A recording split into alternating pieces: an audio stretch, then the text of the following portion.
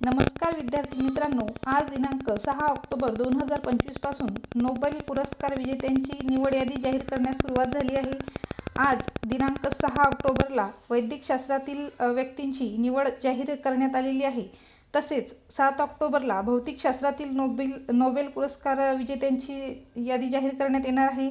9 ऑक्टोबरला साहित्य क्षेत्रातील, 10 ऑक्टोबरला शांतता क्षेत्रातील, तसेच 13 ऑक्टोबरला अर्थशास्त्रातील नोबेल पुरस्कार विजेत्यांची यादी जाहीर करण्यात येणार आहे।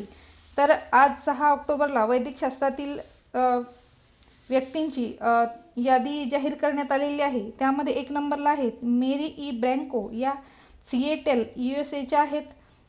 2 नंबरला आहेत फ्रेड रॅम्सडेल, हे सॅन फ्रान्सिस्को USA आहेत।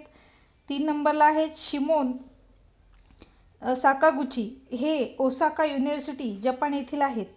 या तिघांनाही शरीराची रोगप्रतिकारक शक्ती चांगल्या प्रकारे समजून घेण्याच्या संशोधनासाठी हा पुरस्कार मिळालेला आहे।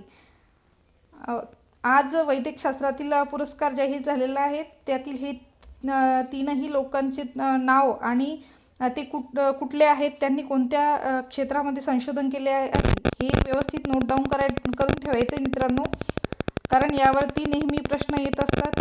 नोबेल पुरस्कार खूप वेळेला एक्झाममध्ये विचारले जातात।